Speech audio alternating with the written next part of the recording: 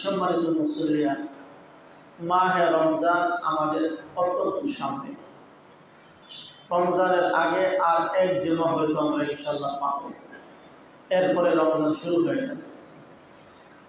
যেহেতু রমজান সামনে, তাই রমজানকে উপলক্ষ করে কিছু আলোচনা করার প্রয়োজন। আর এই বিষয়টিকে সামনে রেখে আপনাদের খেদমতে সূরা বাকারার একখানা আয়াত, বিশ্বনবীর অসংখ্য হাদিস থেকে একখানা হাদিস পাঠ করেছে। রমজান মাসে রোজা রাখা আল্লাহ ফরজ করেছে। কেন বান্দা রোজা রাখবে? সকাল থেকে সন্ধ্যা পর্যন্ত না খেয়ে থাকলে বান্দার আল্লাহর কি লাভ হবে? আমরা যদি কষ্ট করি আল্লাহর কি লাভ? আমরা সকলেই জানি আল্লাহ তাআলা বান্দাকে যতগুলো হুকুম আহকাম দিয়েছেন, এতে আল্লাহর কোনো লাভ লস নেই। লাভ হোক লস হোক বান্দারই হোক। কথা ঠিক না বেঠিক? আল্লাহর রাজত্বে, আল্লাহর ক্ষমতায় আল্লাহর কোনো লাভও হবে না, লসও হবে না। আমরা সারা দুনিয়ার সকল মানুষ মিলে যদি আল্লাহর অবদ্ধতায় লিপ্ত হয়, আল্লাহর ক্ষমতায় কোনো কমতি হবে, আল্লাহর ইজ্জত সম্মানে কোনো ঘাটা আসবে? তাহলে যত হুকুম আহকাম বিধিবিধান আল্লাহ দিয়েছেন মৌলিকভাবে, এগুলো মূলত মানুষের আমাদের উপকারের জন্য, আমাদের স্বার্থে। বলছিলাম এই রোজা রাখা, আমরা না খেয়ে থাকা, কেন আল্লাহ তাআলা এই বিধানটা দেয়? এটা বোঝার জন্য রোজার হাকিকত আমাদেরকে বুঝতে হবে। আমি আগেও বলেছি, মানুষের সাথে আল্লাহ তাআলার সাথে দুই ধরনের সম্পর্ক। একটা সম্পর্ক হচ্ছে বন্ধুত্বের সম্পর্ক। মুমিন আল্লাহর বন্ধু, আল্লাহ মুমিনের বন্ধু, বন্ধুত্বের সম্পর্ক। যেমন আল্লাহ কোরআনে বলেন, আল্লাহু ওয়ালিয়ুল্লাযীনা আমানু ইউখরিজুহুম মিনাজ যুলুমাতি ইলান নূর। আল্লাহ বলেন, আল্লাহু ওয়ালিয়ুল্লাযীনা আমানু, আল্লাহ হচ্ছেন যারা মুমিন তাদের বন্ধু। আল্লাহ যদি মুমিনের বন্ধু হয়, মুমিন আল্লাহর কি হবে? বন্ধুত্ব কি শুধু একদিক থেকে হয় না দুই দিক থেকে হয়? দুই দিক থেকেই হয়। তাহলে আল্লাহ যেহেতু মুমিনের বন্ধু, আমরা যারা মুমিন মুসলমান, আমরা আল্লাহর বন্ধু। বন্ধুত্বের সূচনা হয় কিভাবে? আর বন্ধুত্বের চূড়ান্ত রূপ ধারণ করে কিভাবে? দুইজনের মধ্যে গভীর বন্ধুত্ব। কথার কথা, দুজনের বয়স এখন 60 বছর করে, দুইজনের বাড়ি দুই এলাকায়। কেউ যদি তাদেরকে প্রশ্ন করে, আপনাদের মধ্যে এত বন্ধুত্ব, এত গাঢ় সম্পর্ক, এটা সূচনা হলো কিভাবে? হয়তো উত্তর দেওয়া হবে, একটা সময় ছিল আমার বয়স 5 বছর, তার বয়স 5 বছর, উভয়ে আমরা এক প্রাইমারি স্কুলে ভর্তি হয়েছিলাম। যেদিন প্রথম একসাথে পরিচয় হয় স্কুলে ভর্তির সময়, এটা ছিল আমাদের প্রথম পরিচয়। এরপর থেকে দুইজন এক টেবিলে বসছি, কথাবার্তা বলছি, এইভাবে সম্পর্ক বাড়তে বাড়তে এক স্কুলে 5 বছর কাটালাম, এরপরে 10 বছর, এরপরে 20 বছর, এইভাবে এই পর্যন্ত বন্ধুত্ব চলে আসছে। এমন একটা পরিচয় থাকে কি থাকে না? তো আল্লাহর সাথে যে আমাদের বন্ধুত্ব হলো, বন্ধুত্বের সূচনা কিভাবে হলো, আর বন্ধুত্বের চূড়ান্ত পর্যায়ে কিভাবে পৌঁছে? আল্লাহর সাথে বন্ধুত্বের সূচনা হয়েছে আমাদের কালিমা তাইয়্যিবা লা ইলাহা ইল্লাল্লাহর মাধ্যমে। যখন আমরা মুখে উচ্চারণ করে নিলাম আর দিলে বিশ্বাস করলাম আল্লাহ ছাড়া আর কোনো উপাস্য নেই, আল্লাহই হচ্ছেন আমাদের মালিক, আমাদের খালিক, আমাদের রব, আমাদের জন্মদাতা, আমাদের মৃত্যুদাতা, আমাদের ভালো মন্দ সব কিছুর মালিক তিনি। এই কথার পরিচয় যখন আমি পেলাম, এর মাধ্যমে আল্লাহর সাথে পরিচয় শুরু হলো।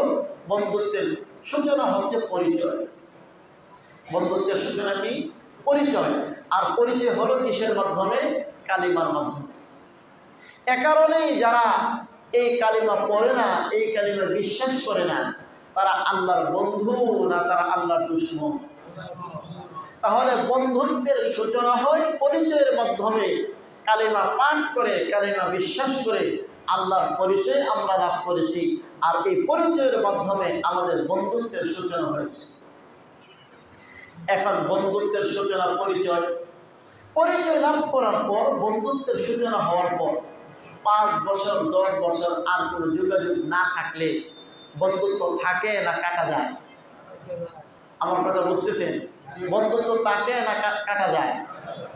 আল্লাহর সাথে কালিমার মাধ্যমে পরিচয় হলো, এবার এই পরিচয়ের পরে আমরা যেন বন্ধুত্বের মধ্যে কর্তন না হয়, ভাটা না পড়ে, কেটে না পড়ি, বন্ধুত্ব যেন আরো সামনে অগ্রসর হয়। এই জন্য আল্লাহ রাব্বুল আলামিন যোগাযোগ রক্ষা করার জন্য আমাদেরকে দৈনিক 5 বেলা আল্লাহর সাথে কথাবার্তা বলার, যোগাযোগ করার সুযোগ করে দিয়েছে। যখন কোনো বন্ধুর সাথে দৈনিক 5 বেলা কথা বলে, বরং কোনো বান্দা তো এমনও আছে শুধু 5 বেলা নয়, গভীর রাতে শেষ রাতে উঠেও তাহাজ্জুদের নামাজে আল্লাহর সাথে কথা বলে। কেউ আবার এশাকের নামাজের মাধ্যমে কথা বলে, আওয়ামিরের নামাজের মাধ্যমে কথা বলে, 5 ওয়াক্ত ছাড়াও বিভিন্ন সময়ে আল্লাহ রাব্বুল আলামিনের সাথে কথা বলার সুযোগ আছে না নাই? এই যে আল্লাহ তাআলা অন্তত 5 বার কথা বলার সুযোগ করে দিলেন, এটা হচ্ছে বন্ধুত্বের প্রথম স্তর পরিচয় লাভ করার পর এই বন্ধুত্বকে অ্যাডভান্স করার জন্য, অগ্রসর করার জন্য, আর উপরে নিয়ে যাওয়ার জন্য আল্লাহ তাআলা 5 ওয়াক্ত নামাজ আমাদেরকে দিলেন। সুতরাং যেই মুমিন কালিমা পড়ার পর দৈনিক 5 ওয়াক্ত নামাজ পড়ে, কিংবা 6 বেলা 7 বেলা 8 বেলা আল্লাহর সাথে কথা বলেন, তাহাজ্জুদ, আওয়ামিন, এশা ইত্যাদির মাধ্যমে আল্লাহর সাথে তার পরিচয়ের পর বন্ধুত্বের মাত্রা বাড়বে না কমবে? পক্ষান্তরে কালিমা পড়ার পর, মুসলমান ঈমান আনয়ন করার পর 5 বছর যায়, 10 বছর যায়, 20 বছর যায়, 30 বছর যায়, আল্লাহর সাথে কোনোদিন কথা বলে দেখে না। বলুন তো, আল্লাহর সাথে তার বন্ধুত্বের সম্পর্ক ঠিক আছে না কেটে গেছে? এবার কথাবার্তা বলতে বলতে বলতে বলতে এমন একটা পর্যায়ে বন্ধুত্ব পৌঁছে, 2 জন বন্ধু পরিচয় হলো, কথাবার্তা হলো, এখন এমন একটা পর্যায়ে পৌঁছে এক বন্ধু আরেক বন্ধুকে গিফট দেয়, উপহার দেয়, হাদিয়া তোহফা দেয়।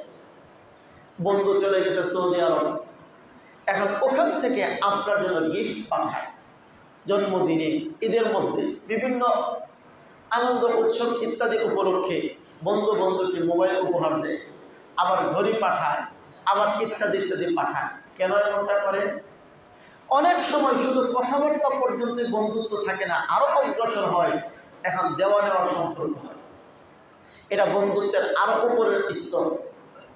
ঠিক তেমনি ভাবে যখন কোনো মুমিন বান্দা দৈনিক 5 বেলা আল্লাহর সাথে কথা বলে, আল্লাহ তাআলা তার বন্ধুত্বকে আরো উপরের স্তরে নিয়ে যাওয়ার জন্য আল্লাহ বন্ধুকে বলে, হে বন্ধু, তোমার তো সম্পদ আছে, আমাকে মাঝে মাঝে গিফট দিবা।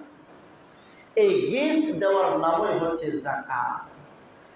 এই গিফট দেওয়ার নাম কি? যাকাত।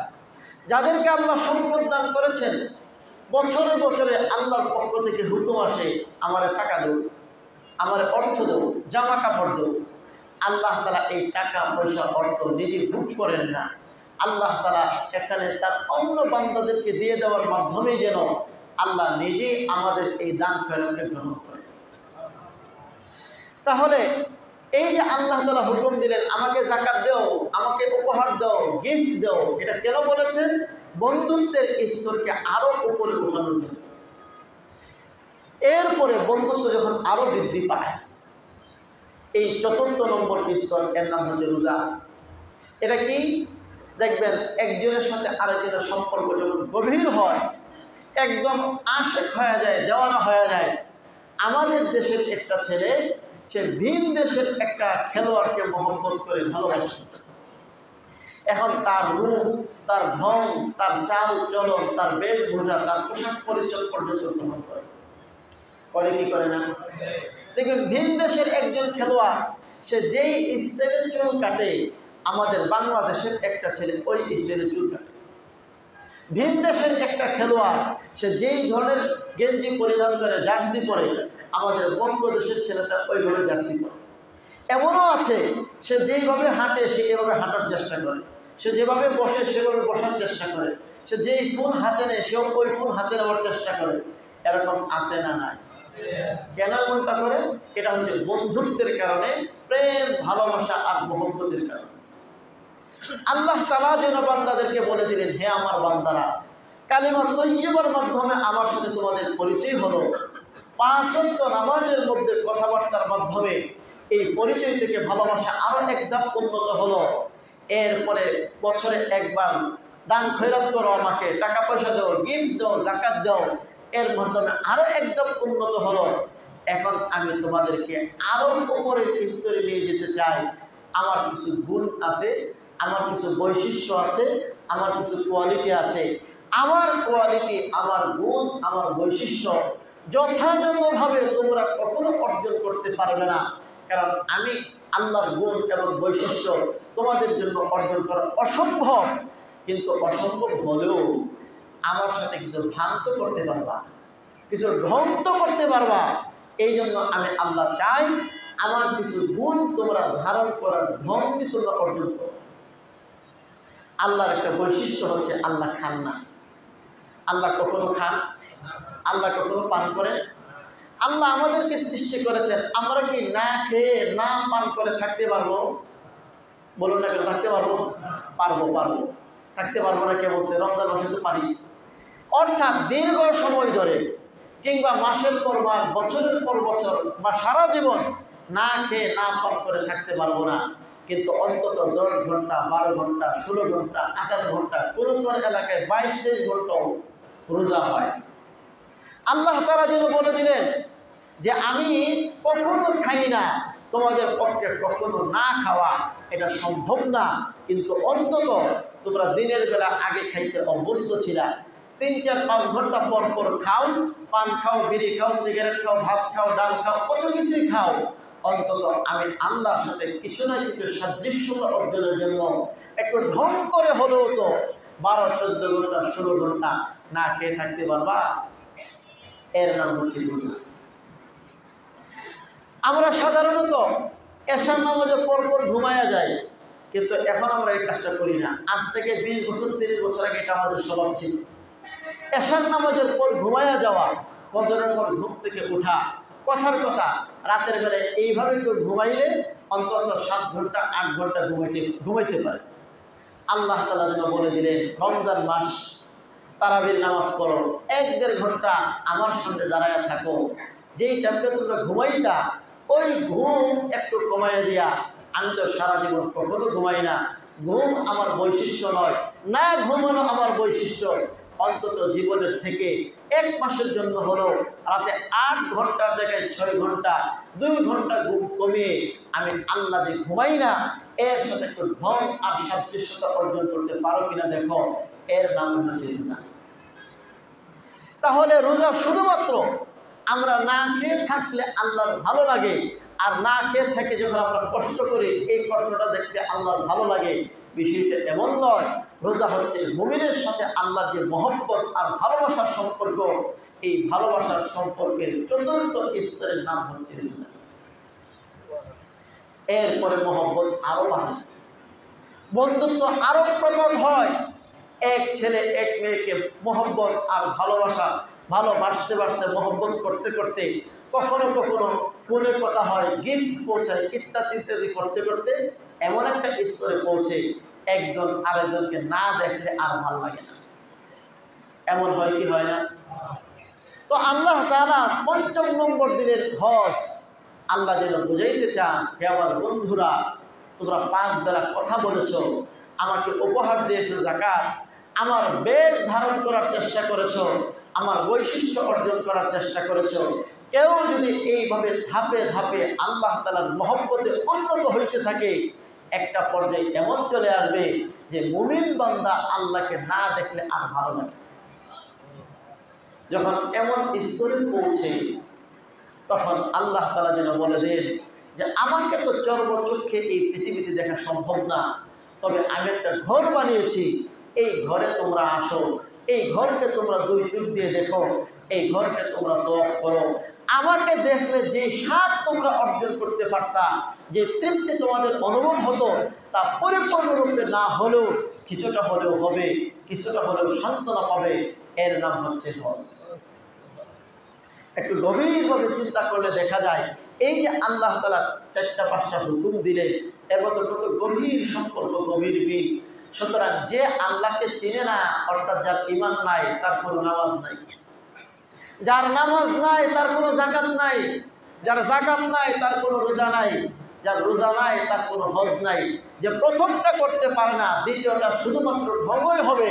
প্রকৃত অর্থে আল্লাহর প্রেম আর ভালোবাসায় যে ইবাদত, সেটা তার কোনোদিন অর্জন করবে না।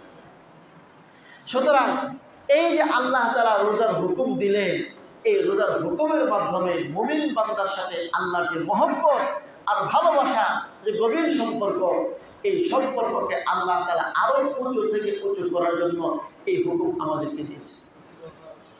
সুতরাং কেউ যদি কাউকে মহব্বত করে, প্রকৃত অর্থেই যদি ভালোবাসার সম্পর্ক দুইজনের মধ্যে থাকে, তাহলে একজন আরেকজনের মহব্বতের দাবি থেকে 10 ঘন্টা, 8 ঘন্টা, 12 ঘন্টা, 16 ঘন্টা না খেয়ে থাকাটা কি খুবই কষ্টের হবে? যেটা বলেন খুবই কষ্টের হবে। কষ্ট তো কিছু হবেই, কিন্তু মহব্বত অনেক কষ্ট থেকে কষ্ট জিনিসকে সহজ করে দেয় মহব্বত। আজ মহব্বত তলখা শিরি শাওয়াত ওয়াজ মহব্বত রঞ্জহারা হাব্বাত। মহব্বতের মাধ্যমে তিতা জিনিসও মিষ্টি লাগে, মহব্বতের মাধ্যমে কষ্টের জিনিসও ভালো লাগে। এ কারণেই 2 বছরের ছোট্ট বাচ্চা যখন বাবার কোলে ওঠে হাত দ্বারা চিমটি দেয়, এই চিমটির কারণে বাবার ভালো লাগে না খারাপ লাগে? বলেন ভালো লাগে না খারাপ লাগে? কেন? আরেকজনকে দিলে যে অমান্য করে উঠবো, আর কি বেয়াদব ছেলে রে। যার সাথে মহব্বতের সম্পর্ক নাই, তাকে ছোট্ট করে চিমটি দিলেও বেয়াদব বলবে। বাবার সাথে মহব্বতের সম্পর্ক আছে, বাবা ছোট্ট সন্তানের চিমটে খায় ভালো লাগে, এটা মহব্বতের সম্পর্ক। ঠিক তেমনি ভাবে মুমিন বান্দা যার সাথে আল্লাহর মহব্বতের সম্পর্ক আছে, 12 ঘন্টা 14 ঘন্টা রোজা রাখতে না পেরে যে কষ্ট অনুভব হয়, এই কষ্ট শুধুমাত্র কষ্ট নয়, এই কষ্টের মধ্যে আল্লাহর মহব্বত থাকার কারণে এই কষ্টটাই তার কাছে ভালো লাগে। আর যার সাথে আল্লাহর সম্পর্ক নাই, মহব্বতের সম্পর্ক নাই, তার কাছে যখন রোজার কথা বলা হয়, ও মাগো 12 ঘন্টা 16 ঘন্টা, এটা আমার পক্ষে সম্ভব না। কথা ঠিক কিনা? সুতরাং আল্লাহ তাআলা আমাদেরকে রোজার হুকুম দিয়েছে, রোজা রাখাটা স্বাভাবিকভাবে একটু কষ্টকর। এ কারণেই আল্লাহ তাআলা রোজার হুকুম দেওয়ার আগে আমাদেরকে কয়েকভাবে আমাদের মন তৈরি করেছে। আল্লাহ বলেন, ইয়া আইয়ুহাল্লাযীনা আমানু, হে ঈমানদারগণ। হে ঈমানদারগণ হচ্ছে শাব্দিক অর্থ, কিন্তু এর উদ্দেশ্য হচ্ছে হে আমার বন্ধুগণ।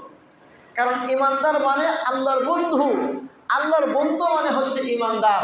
সুতরাং হে আমার ঈমানদারগণ এর অর্থ হচ্ছে হে আমার বন্ধু। কত আদরের ডাক, কত মহব্বতের ডাক, ভালোবাসার ডাক। এরপর আল্লাহ বলছেন কুতিবা আলাইকুমুস সিয়াম, বড় মহব্বত করে, দয়া করে, মায়া করে, ভালোবেসে আল্লাহ বলছেন তোমাদের উপর রোজাকে ফরজ করা হয়েছে। স্বাভাবিকভাবে এইভাবে যখন বন্ধুকে হুকুম দেওয়া হলো, বন্ধু ঘাবড়ে যেতে পারে, ভয় পেয়ে যেতে পারে, ওমাকে রোজা কেমনে রাখবো। তাই আল্লাহ তাআলা আরও জিনিসটাকে হালকা করছে, তোমাদেরকে রোজা ফরজ করা হয়েছে, ভয় পাওয়ার কোনো কারণ নাই। এই রোজার বিধান শুধু তোমাদেরকে দেওয়া হয়েছে এমন নয়, তোমাদের পূর্বে যারা ছিল তাদেরকেও এই রোজার বিধান দেওয়া হয়েছিল। যখন একটা কঠিন কাজ অনেকের উপরে চাপিয়ে দেওয়া হয়, তখন আর কঠিন মনে হয় না। আর কোনো একজনকে যদি করতে বলা হয় আর 10 জনকে করতে না বলা হয়, তখন একজনের জন্য এটা কঠিন হয়। আল্লাহ তাআলা যেন বলে দিলেন, হে আমার বন্ধুগণ, ভয় পাওয়ার কোনো কারণ নাই। রোজা এটা কঠিন মনে হচ্ছে তোমাদের কাছে, তোমাদের আগে যারা ছিল তাদেরকেও রোজার হুকুম দিয়েছিলাম, তারাও কিন্তু রোজা রাখতে সক্ষম হয়েছে। তারা যদি রোজা রাখতে পারে, তোমরা কেন পারবে না?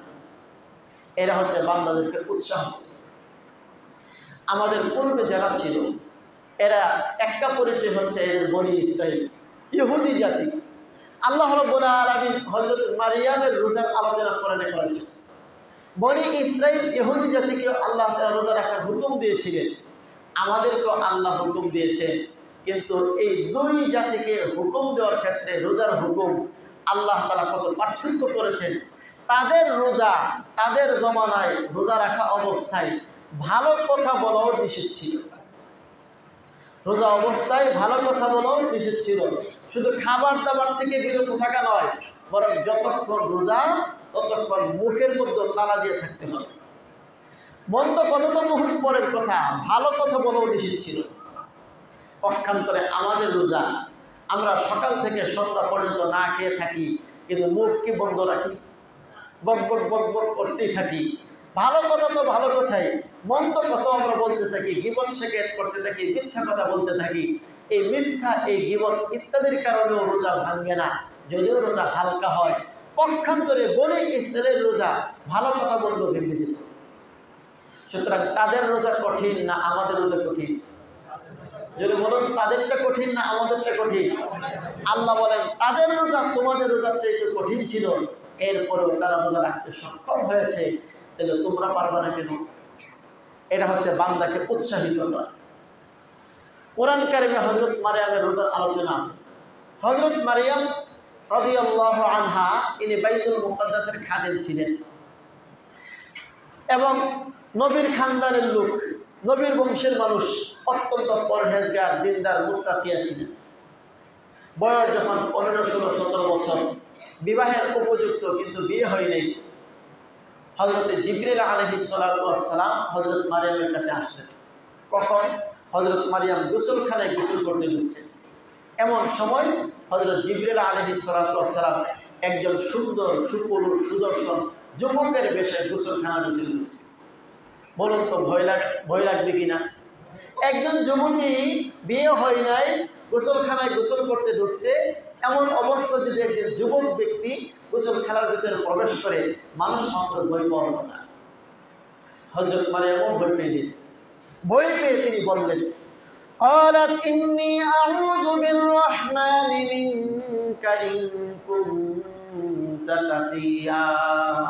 হযরত মারিয়াম বললেন, হে যুবক, তোমার ভিতরে যদি আল্লাহর ভয় থেকে থাকে আর তোমার মনে যদি কোনো অসৎ উদ্দেশ্য থাকে, তাহলে আমি রহমানের কাছে তোমার মতো অসৎ ব্যক্তির অসৎ আচরণ থেকে আমি রহমানের কাছে আশ্রয় চাই। হযরত জিবরিল আলাইহিস সালাতু ওয়াস সালাম বুঝতে পারলেন মরিয়ম ভয় পাচ্ছে, তাই হযরত জিবরিল আবার পরিচয় দিলেন, ইন্নী আনা রাসূল রাব্বিক। হে মরিয়ম, ভয় পাওয়ার কোনো কারণ নাই, আমি দুনিয়ার রক্ত মাংসের তৈরি কোনো মানুষ না, আমি কোনো অসৎ উদ্দেশ্যে তোমার কাছে আসি নাই, আমি রাসূল রাব্বিক, তোমার রবের পক্ষ থেকে দূত হিসাবে তোমার কাছে এসেছি। মরিয়ম বললেন, তুমি জিবরিল ফেরেশতা, আমি বেডি মানুষের কাছে কেন আসবো? তোমার কাছে তো নবী রাসূলের কাছে যাওয়া, ওহী নিয়া, আমার কাছে তুমি কেন আসলা? হযরত জিবরিল উত্তর দেন, লিআহাবা লাকি গুলামান জাকিয়া, আমাকে আল্লাহ পাঠিয়েছেন, লিআহাবা লাকি গুলামান জাকিয়া, আমি যেন তোমাকে একজন পবিত্র নেক সন্তান প্রদান করি। হযরত মারিয়াম রাদিয়াল্লাহু আনহা আশ্চর্য হয়ে গেলেন। আশ্চর্য হয়ে বললেন, আশ্চর্য কথা, তুমি আমার সন্তান দিবা, আমার সন্তান কিভাবে হবে? قالت أنى يكون لي غلام ولم يمسسني بشر ولم أك بغيا। আমার সন্তান কিভাবে হবে? সন্তান হওয়ার দুইটা পদ্ধতি, একটা বৈধ, একটা অবৈধ। বৈধভাবে আমার স্বামীর সাথে কোনো মেলামেশা হয় নাই, আমি কোনো অবৈধ সম্পর্ক জড়াই নাই, আমার সন্তান হবে কিভাবে? হযরত জিবরিল উত্তর দিলেন, ক্বালা কাযালিক ক্বালা রাব্বুকি হুয়া আলাইয়া হাইয়্যিন। সন্তান এমনি হবে, তোমার রব বলে দিয়েছেন, তোমার রবের পক্ষে সন্তান দেওয়া বাবার প্রয়োজন নাই, কোনো পুরুষের প্রয়োজন নাই, তিনি পারেন। কি বলেন, পারেন কি পারেন না? হযরত ঈসা আলাইহিস সালামের বাবা কে ছিল? বলেন, বাবা কে ছিল? বাবা ছিল না নাই? কেন নাই? আল্লাহ বলেন, ওয়ালিনাজআলাহু আয়াতাল লিন-নাস, আমি ঈসা আলাইহিস সালামকে আমি আল্লাহর কুদরতের নিদর্শন বানাতে চাই। আমি আল্লাহ চাইলে মা ছাড়া, বাবা ছাড়া, নারী ছাড়া, পুরুষ ছাড়া মানুষ বানাইতে পারি, তিনি হচ্ছেন হযরত আদম। আমি চাইলে শুধু নারী থেকে মানুষ বানাইতে পারি, ইনি হচ্ছেন হযরত ঈসা। আমি চাইলে শুধু পুরুষ থেকে মানুষ বানাইতে পারি, ইনি হচ্ছেন হযরত হাওয়া। নারী পুরুষ ছাড়া, একজন ছাড়া একজনের মাধ্যমে সব রকমের পদ্ধতি আমার পক্ষে সম্ভব। এই নিদর্শন আমি যেন মানুষের মধ্যে স্থাপন করতে পারি, তাই আমি আল্লাহ একজনকে শুধু মায়ের মাধ্যমে পৃথিবীতে পাঠাবো, এই জন্য আমাকে জিবরাইলকে পাঠানো হয়েছে। কথার ফাঁকেই হযরত জিবরাইল আলাইহিস সালাতু ওয়াস সালাম হযরত মারইয়ামের এই জামার কলারের ভিতরে ফু দিলেন। ফু দিতে দেরি হলো, সাথে সাথে 10 মাসের গর্ভবতী হতে দেরি হলো। فحملته فانتبذت به مكانا قصيا হযরত মারইয়াম হযরত ঈসা আলাইহিস সালামকে গর্ভে ধারণ করলেন। এবার সমাজে থাকবে কিভাবে? যার বিয়ে হয় নাই, এরকম একজন যুবতী, তার সংসার সমাজের মধ্যে গর্ভবতী অবস্থায় থাকবেন কেমনি? পেরেশানি। শুধু গর্ব এমন না, ফাজা আহাল মখর, সাথে সাথে প্রসব যুদ্ধ শুরু হয়ে গেল। হযরত মারইয়াম তিনি লজ্জিত ভীত হয়ে মহল্লা ছেড়ে এক পাহাড়ে চলে গেলেন। পাহাড়ে গিয়ে একটা মৃত খেজুর গাছের মধ্যে হেলান দিয়ে এইভাবে বসে। একটা মরা খেজুর গাছ, ওপর থেকে একটা ঢাল নিচের দিকে ঝুলতেছে, গাছের মধ্যে খেজুরের নাম গন্ধ নয়, এমন একটা খেজুর গাছের মধ্যে হেলান দিয়ে বসছেন। মনে বড় ভয়, আতঙ্ক, আর মনের মধ্যে খুব দুঃখ আর বেদনা। এমন সময় আবার হযরত জিবরিল সেখানে গিয়ে হাজির। মারইয়াম, ভয় পাচ্ছ কেন? ও ভয় পাবো না, আমার এখানে থাকা খাওয়ার কোনো কিছুর ব্যবস্থা নাই, আর আমার সন্তান যদি হয়, এই সন্তানের দেখাশোনা কে করবে? সমাজে কেমনি মুখ দেখাবো? فناداها من تحتها ألا تحزني قد جعل ربك تحتك سريا হযরত জিবরিল বললেন, তুমি ভয় পেও না, তুমি দুঃখ করো না, একটু পাহাড়ের নিচের দিকে তাকিয়ে দেখো। হযরত মারইয়াম নিচের দিকে তাকাইলেন, দেখেন সুন্দর পানির ঝর্ণা আল্লাহ প্রবাহিত করে দিয়েছে। পাহাড়ের মধ্যে পানির ঝর্ণা শুরু হলো। এরপরে হযরত জিবরিল বললেন, তোমার সামনে যে মরা খেজুরের ডাল, এই ডালটার মধ্যে ধরো, ধরে একটু ঝাঁকি দাও, ঝাঁকি দিতে দেরি হবে, টপ টপ করে তাজা তাজা খেজুর পড়তে দেরি হবে না। وهزي إليك بجذع النخلة تساقط عليك رطبا جنيا হযরত মারইয়াম কান দিলেন, খেজুর পড়া শুরু করলো।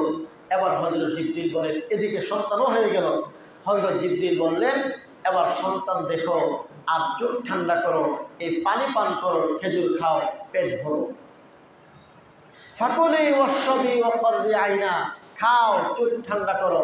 হযরত মারইয়াম বলেন, সব ঠিক আছে, আমার খাওয়ার ব্যবস্থা হলো, সন্তান পাইলাম, কিন্তু আমি এই সন্তান নিয়ে যদি এলাকায় যাই, এলাকার মানুষ যে আমাকে দূর দূর করবে, ছি ছি করবে, মানুষ আমাকে মন্দচারী করবে, আমি তাদের জবাব কীভাবে দিব? হযরত জিবরিল শিক্ষা দিলেন, কোনো মানুষ যদি তোমাকে প্রশ্ন করে, হে মারইয়াম, সন্তান কোথায় পেয়েছ, তাহলে তুমি বলবা, আমি কিচ্ছু জানি না, যা কিছু জিজ্ঞেস করা দরকার, সন্তান রিজিক দাও আর আমি রোজা রাখছি, বাস এই কথা বলবা। বাকি যা কিছু ঘটানো কে ঘটাবে? আল্লাহ।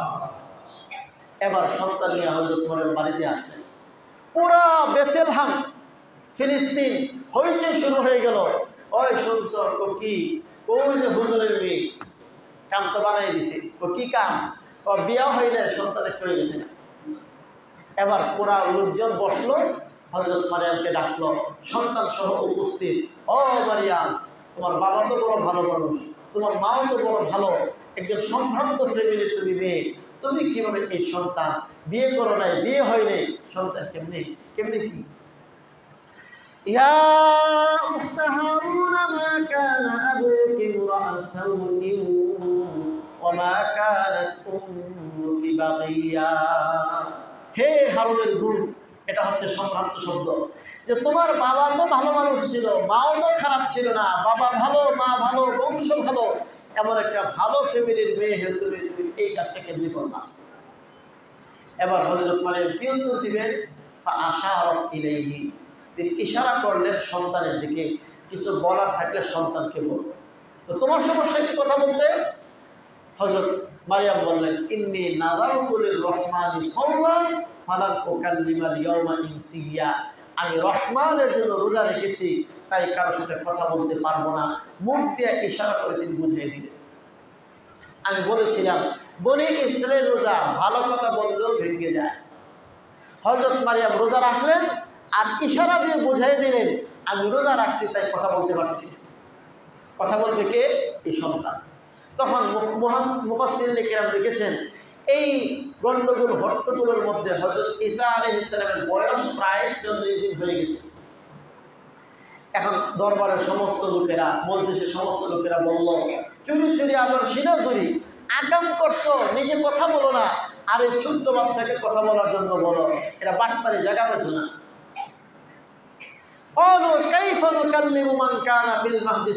কিভাবে কথা বলবো যে বাচ্চা এখনো দুল নাই, সে নিজেই তো কথা বলতে পারে না, আর এই বিষয়ে সে কি বলবে? হযরত ঈসা আলাইহিস সালাম এতক্ষণ পর্যন্ত তার মাকে যে এলাকার লোকজন অপমান করতেছে, খালি দুই চোখ দিয়ে তাকায় তাকায় দেখতেছে। কথা বলার শক্তি আছে না নাই? না, এখনো নাই। কথা বলার শক্তি আছে না নাই? নাই। 40 দিনের বাচ্চা কি কথা বলবে? এবার আল্লাহ তাআলা তার কুদরত জাহির করবে। হযরত ঈসা আলাইহিস সালামকে কথা বলার শক্তি দিলেন। 40 দিনের বাচ্চা, স্বাভাবিক নিয়মে কথা বলার শক্তি নাই, কিন্তু আল্লাহ যদি শক্তি দেন কথা বলতে পারে কি পারে না? কোরআনে আছে এবং ইতিহাসে, পৃথিবীর ইতিহাসে 3 জন বাচ্চা দুধ পান করা অবস্থায় নবীদের ব্যাপারে সাক্ষী দিয়েছে। হযরত ঈসা আলাইহিস সালাম এবার বক্তব্য দেওয়া শুরু করলেন। قال إني عبد الله آتاني الكتاب وجعلني نبيا وجعلني مباركا أينما كنت وأوصاني بالصلاة والزكاة ما دمت حيا وبرا بوالدتي ولم يجعلني جبارا شقيا والسلام علي يوم ولدت ويوم أموت ويوم أبعث حيا ذلك عيسى ابن مريم।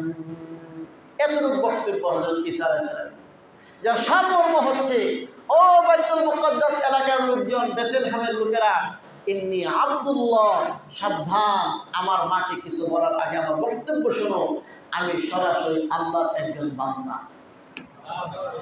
আতানিয়াল কিতাব, আমার বয়স মাত্র 40 দিন, শুনে রাখো, মহান আল্লাহ আমাকে কিতাব দান করেছেন। ওয়াজআলানি নাবিয়্যা, আমাকে তিনি নবী বানিয়েছেন। এবং শুনে রাখো, ওয়াসসালামু আলাইয়া ইয়াওমা বুলিদতু ওয়া ইয়াওমা আমুতু ওয়া ইয়াওমা উবআসু হাইয়্যা, আমার জন্মের দিন, আমার মৃত্যুর দিন, কিয়ামতের মাঠে যখন আমাকে উঠানো হবে, আমি শুধু সালাম, শান্তি আর শান্তি হিসেবে উঠব। আমি এসেছি শান্তির বার্তা নিয়ে এসেছি, সুতরাং আমাকে, আমার মাকে তোমরা কেউ কটাক্ষ করবে না, বরং আমাকে নবী হিসেবে তোমরা স্বীকৃতি দিতে হবে। হযরতে মারইয়াম রাদিয়াল্লাহু আনহা, এই ঘটনা আমি কেন উল্লেখ করলাম? বনি ইসরায়েলের লোকজনের রোজা কথা বললো ভেঙে যেত, আর আমরা রোজা রাখে 24 ঘন্টা সারাক্ষণ রোজা রাখে, বকবক করি, গীবত শিকায়ত করি, মিথ্যা কথা বলি, এরপরেও রোজা ভাঙ্গে না, যদিও হালকা হয়। যদি আল্লাহ তাআলা আমাদেরকে খাবার দাবার যেমন বন্ধ করেছেন, এই জবানটা টোটাল বন্ধ করার জন্য বলতেন যে সকাল থেকে সন্ধ্যা পর্যন্ত কথা বলতে পারবো না, কথা বললে রোজা ভেঙে যাবে, তাহলে রোজা রাখাটা কি পরিমাণ কষ্টের কারণ?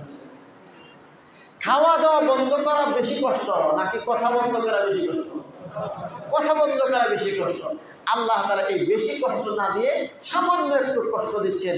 আল্লাহ বলেন, কুতিবা আলাইকুমুস সিয়াম কামা কুতিবা আলাল্লাযীনা মিন ক্বাবলিকুম, তোমাদের উপর রোজা ফরজ করা হয়েছে যেমন তোমাদের পূর্বের লোকদের উপর রোজা ফরজ করা হয়েছে।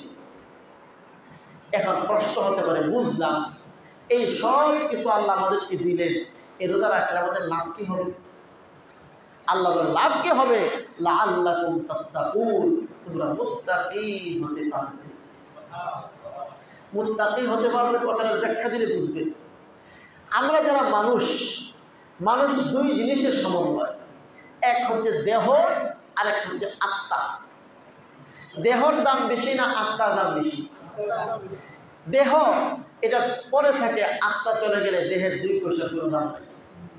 যতক্ষণ পর্যন্ত একজন মানুষের শরীরে দেহ থাকে, আত্মা থাকে, এই দেহটা পচা হোক, গলা হোক, যাই হোক না হোক, এর পিছনে মানুষ অর্থ ডালতে থাকে। দেখবেন বয়স হয়ে গেছে 120 বছর, আবার এর মধ্যে স্ট্রোক করছে, হাত পায়ের মধ্যে পচন ধরছে, কিন্তু এখনো তার ভিতরে আত্মা আছে।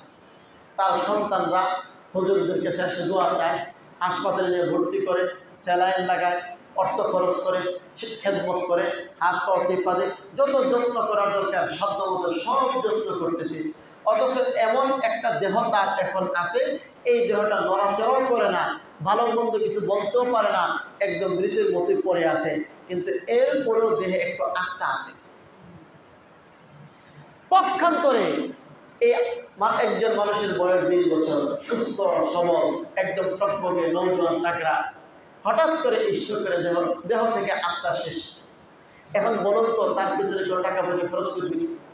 দেখে আরো তার পিছনে 2-5 লাখ টাকা খরচ কিনা, তারা ইন্ডিয়া নিয়ে যায়, সিঙ্গাপুর নিয়ে যায়, দেখে তারা বাঁচানো যায় কিনা। তাহলে বোঝা গেল আত্মা চলে গেলে দেহের 2 পয়সার কোনো দাম নাই। মানুষ 2 জিনিসের সমন্বয়ে, একটা শরীর আর একটা হচ্ছে আত্মা। শরীরের জন্য 2 প্রকারের খাবার দরকার হয়। এক প্রকারের খাবার হচ্ছে শরীর যখন ক্লান্ত হয়, শ্রম দেয়, তখন এই শরীর ক্ষয় হয়ে যায়। যেমন ধরুন সকালবেলায় আপনারা সকলেই নাস্তা করেছেন, 2-1 জন ব্যতিক্রম থাকতে পারে। নাস্তা কেন করলেন? ওই যে রাতের বেলায় খেয়েছেন, এরপর থেকে 8 ঘন্টা 10 ঘন্টা ঘুমিয়েছেন, কিছু কাজ করেছেন, আস্তে আস্তে শরীর একটু নিস্তেজ হয়েছে, একটু দুর্বল হয়েছে, একটু ক্ষয় হয়ে গেছে। এই ক্ষয়টা পূরণের জন্য সকালবেলায় নাস্তা খেয়েছে। নাস্তা হওয়ার পরে আবার কাজকর্ম শুরু করে দিয়েছে। 6 ঘন্টা 7 ঘন্টা 8 ঘন্টা কাজ করার পরে পেট খালি হয়ে গেছে, আবার একটু দুর্বল হয়ে গেছে, একটু ক্ষয় হয়ে গেছে, আবার খাওয়ার দরকার। এইভাবে দৈনিক 3 বেলা 4 বেলা যে আমরা খাই, এই খানাটার প্রয়োজন কেন? না খেলে আমাদের শরীরের শক্তি ক্ষয় হতে হতে এক পর্যায়ে আমরা মারা যাব। এই জন্য প্রতিদিন আমাদের খাবার গ্রহণ করতে হয়। এই জন্য দৈনন্দিন খাবার মানুষের ক্ষয় পূরণ করে। আরেক প্রকার আছে, সেটা হচ্ছে আমরা যদি এই দৈনন্দিন খাবার খেতে থাকি, আরেকটা শত্রু আছে আমাদের এই দেহের, সেটা হচ্ছে জীবাণু, রোগ জীবাণু। কখনো কখনো এই 3 বেলা 4 বেলা খাবার চলতেছে, এই খাবারের মাঝখান দিয়ে আমরা অসুস্থ হয়ে যাই। অসুস্থ হলে ডাক্তাররা বলে কোনো না কোনো জীবাণুর কারণে আমরা অসুস্থ হই। এই জীবাণু থেকে আত্মরক্ষার জন্য, জীবাণু যেন আমাদের মধ্যে হামলা করে আমাদেরকে কাবু করতে না পারে, অসুস্থ যেন না হয়, আরেক প্রকারের খাবারের প্রয়োজন হয়। এটা হচ্ছে প্রতিষেধকমূলক, এটা হচ্ছে আত্মরক্ষামূলক, এবং এটাকে বলা যায়, যেমন ধরুন আমরা নিয়মিত যে খাবার খাই, এটা ছাড়া আরেক প্রকারের খাবার আছে যেটাকে বলা হয় মৌসুমি খাবার। ফলের সিজন, এক এক সময় আল্লাহ তাআলা এক এক প্রকারের খাবার দেওয়া আছে। আমের সিজনে আম, লিচুর সিজনে লিচু, কাঁঠালের সিজনে কাঁঠাল, কমলার সিজনে কমলা, আপেলের সিজনে আপেল। সমস্ত ফলমূলকে আল্লাহ এক সিজনে দেন নাই, সময়ে সময়ে ভাগ ভাগ করে দিয়েছেন। এই সমস্ত মৌসুমি ফলের দ্বারা মানুষের ভিতরে রোগ প্রতিরোধ ক্ষমতা বৃদ্ধি পায়, জীবাণু হামলা করে তাকে যেন কাবু করতে না পারে, অসুস্থ বানাতে না পারে, তাই আল্লাহ তাআলা মৌসুমি ফলের ব্যবস্থা করছে। এই জন্য চিকিৎসা বিজ্ঞান বলে প্রত্যেক মানুষের জন্য উচিত প্রত্যেক মৌসুমে যে ফলমূল পাওয়া যায় কিছু না কিছু করেও খাওয়া উচিত। এর মাধ্যমে আমাদের শরীরের মধ্যে রোগ প্রতিরোধ ক্ষমতা বাড়বে। তাহলে দৈনন্দিন খাবারের মাধ্যমে মানুষ সুস্থ থাকে, স্বাভাবিক থাকে, কর্মক্ষম থাকে। আর মৌসুমী খাবারের মাধ্যমে মানুষের রোগ প্রতিরোধ ক্ষমতা বৃদ্ধি পায়। ঠিক তেমনিভাবে মানুষের আত্মা, এই রূহেরও 2 প্রকারের খাবার প্রয়োজন। রূহ অসুস্থ হয়ে পড়ে গুনাহের কারণে, রূহ দুর্বল হয়ে পড়ে গুনাহের কারণে, আর দেহ অসুস্থ হয় বা দুর্বল হয় কর্মের কারণে। কাজ করতে করতে মানুষের দেহ দুর্বল হয়, আর গুনাহ করতে করতে মানুষের আত্মা দুর্বল হয়। এই জন্য আল্লাহ রাব্বুল আলামিন এই রূহকে সতেজ রাখার জন্য 2 রকমের ইবাদত দিয়েছেন। এক রকমের ইবাদত হচ্ছে দৈনন্দিন, যেমন দৈনন্দিন 5 বার নামাজ, দৈনন্দিন কোরআন তেলাওয়াত, দৈনন্দিন জিকির আজকার করা, এগুলো হচ্ছে দৈনন্দিন ইবাদত। এর মাধ্যমে রূহ যে সকল গুনাহের শিকার হয়, এই গুনাহগুলোকে আল্লাহ তাআলা দৈনন্দিন ইবাদতের দ্বারা মাফ করে দেন। যেমন 5 ওয়াক্ত নামাজ যদি কেউ পড়ে, 2 নামাজের মধ্যবর্তী সময়ে যে গুনাহ করে, এই গুনাহগুলো নামাজের দ্বারা মাফ হয়। তাহলে এই রূহটা অকেজু হয় না। এর পাশাপাশি রূহের উপরে এক প্রকারের শত্রু আছে, জীবাণু আছে। এই জীবাণুর নাম হচ্ছে শয়তান। এই জীবাণুর নাম কি? শয়তান। শয়তান রূহের উপরে হামলা করে, রূহকে আক্রান্ত করে, মানুষকে কাবু করে ফেলে, রূহের দিক থেকে মৃত্যু ঘটে। শয়তান রূহের উপর যদি হামলা করে, ওই হামলা থেকে আত্মরক্ষা করার জন্য আল্লাহ তাআলা 2 নম্বর ইবাদত দিয়েছেন, সেটা হচ্ছে মৌসুমী ইবাদত। যেমন শরীরকে জীবাণু থেকে বাঁচানোর জন্য, জীবাণু থেকে রক্ষা করার জন্য মৌসুমী খাবারের ব্যবস্থা করেছেন, ঠিক রূহের খাবার মৌসুমী ইবাদত, বছরে একবার রোজা, বছরে একবার যাকাত, বছরে একবার শবে বরাত, বছরে একবার হজ, বছরে একবার সাদাকাতুল ফিতর, এই মৌসুমী ইবাদতগুলো আল্লাহ দিয়েছেন শয়তান নামক রূহের শত্রু জীবাণু তার থেকে রূহকে হেফাজত করে দেন। এই জন্য আল্লাহ বলেছেন লাআল্লাহুম তাত্তাকুন, যেন তোমরা তাকওয়া অর্জন করতে পারে। তাকওয়া মানে হচ্ছে আল্লাহ তাআলার এমন ভয়, যেই ভয় রূহের ভিতরে থাকলে শয়তান হামলা করলে শয়তানের হামলাকে সে ফিরাইতে পারে, শয়তান হামলা করে তাকে কাবু করতে পারে। এই রোজার মাধ্যমে মুমিন বান্দা তাকওয়া অর্জন করে শয়তানের মোকাবেলা করার মতো সামর্থ্য আর সক্ষমতা তার মধ্যে অর্জন হয়। আল্লাহ তাআলা বলেন লাআল্লাকুম তাত্তাকুন, তোমাদের উপর রোজাকে ফরজ করা হয়েছে, এর লাভ হচ্ছে তোমরা আমি আল্লাহর মুত্তাকি মুমিন বান্দা হতে পারবা। সুতরাং সামনে রমজান আসতেছে, অতীতে আমরা শয়তানের ধোঁকায় কেউ কেউ রোজা না রেখেছি এমনও আছে। আমরা এই রমজানের পরে আরেক রমজান পর্যন্ত আমাদের হায়াত থাকবে এর কোনো গ্যারান্টি নেই। কথা বলুন ঠিক কিনা? গত রমজানে আমরা ছিলাম, আমাদের মধ্য থেকে কেউ কেউ এই রমজান পর্যন্ত চলে গেছে, আমরা সামনে আবার কোনো রমজান পাবো এর কোনো গ্যারান্টি নেই। এই জন্য আমার ভাইয়েরা, এই যে সামনে রোজা আসতেছে, আমরা সকলে পাক্কা নিয়ত করি, অতীতে ভুল ভ্রান্তি করে থাকলে আল্লাহর কাছে মাফ চাই। সামনের রমজানের কোনো রোজা যেন আমাদের থেকে না ছুটে নষ্ট না হয়, আমরা যেন সহিভাবে হক আদায় করে রোজা রাখতে পারি। আল্লাহ যেন আমাদের সকলকে এই তৌফিক নসিব করেন। সকলে বলে আমিন। ওয়া আখিরু দাওয়ানা আলহামদুলিল্লাহ।